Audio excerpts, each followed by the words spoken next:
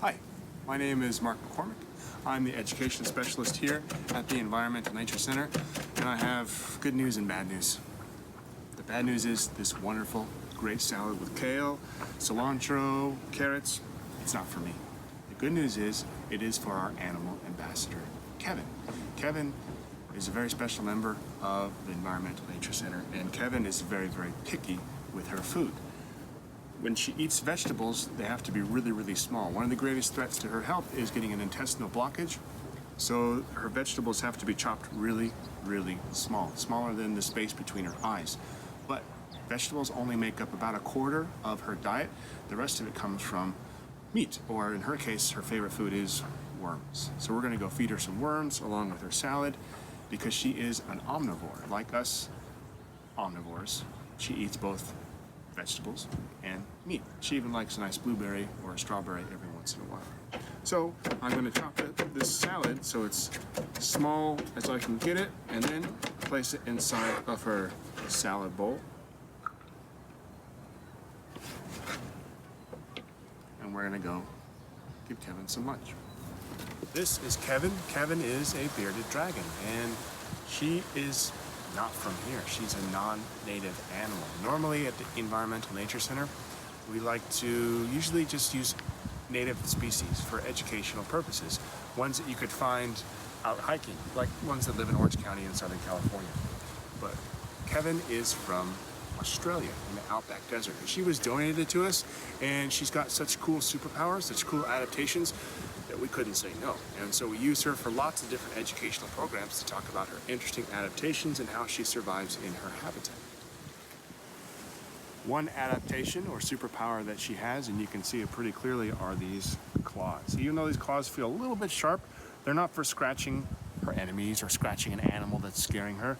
What they're for is digging a hole in the sand and the ground so she can burrow and change her habitat in order to survive by making her home in the ground.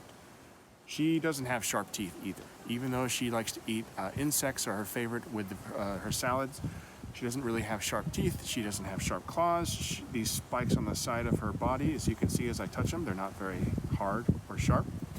She's not very fast. She's not very strong, but she can still survive really well. What she does is when she's a little bit afraid, or maybe she thinks a predator's nearby, she's going to poof out her cheeks down here, and they're going to change color. They're going to turn a little bit dark. That's where the term bearded dragon comes from. So her cheeks poof out, they turn dark like a beard, and these spikes that you see along her side and the side of her head, they get sharp and hard. Almost like if you've ever gotten goosebumps on your hairs when they stand up, her spikes will do the same thing. So she looks bigger, she looks stronger, she'll stick out her mouth, she'll stick out her tongue, she'll look meaner, and kind of like Bowser from Super Mario Brothers video games, if you know that one. And it scares away her predators, and it's really helpful for her to survive in Australia. But if you go to Australia and the outback, you really won't see very many of these animals. Most of the bearded dragons around the world are in people's houses. They're very, very popular pets. For Kevin, it's finally lunchtime, and we're going to start with that nice salad that we chopped up earlier. Even with her salad there, she's not moving from on top of those logs. That's because those logs are there for a very special purpose. Remember when I said she's non-native, she's from the deserts of Australia? Well, it doesn't get nearly as hot here as it should. And so we have to add a couple of things into her enclosure so that she feels happy and healthy. One of those things are the logs and the rocks that you see. They let her get as close as she wants to a really warm heat lamp that's right above her head. And she loves to sit there all day, every day. But one way to coax her down from there is to offer her some of her favorite worms. During the winter time, she might only eat one worm every time she goes to lunch, which is usually about 3 times a week. But now that it's springtime, as we offer her more worms, we're finding that she loves to eat as many as she can handle. Let's try another one. These are mealworms, which is the larval stage of the darkling beetle. And they're coated that white dust you can see is a little bit of calcium, and that helps her get a more complete diet. You can also see she doesn't really have a thumb to use a knife and a fork, so instead she uses that really interesting tongue of hers to go ahead and grab the worms and just pop it right into her mouth.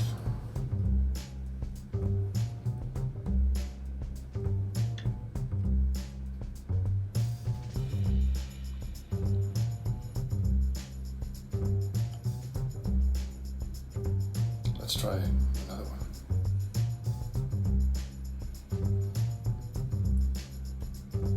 She usually will tell us when she's done by returning up to her heat lamp on top of the logs.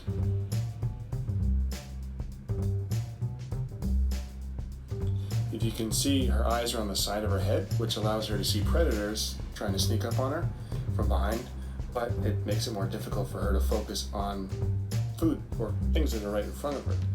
So she's having to look at the worm from the side because her eyes are on the side.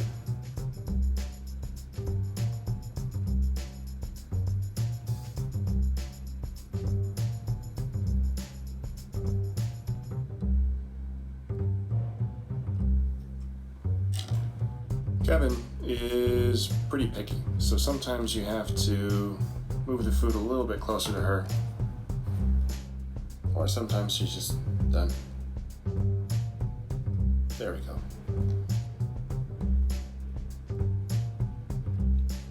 We're gonna try one more, but I think she's probably full by now.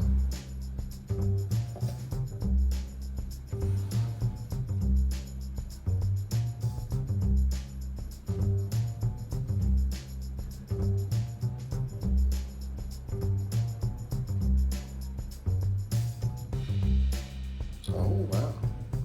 As it's heating up, we're finding she's eating a lot more mealworms, which is good for her health. She gets a lot of exercise going to different schools with traveling naturalist programs, also by going on our field trips.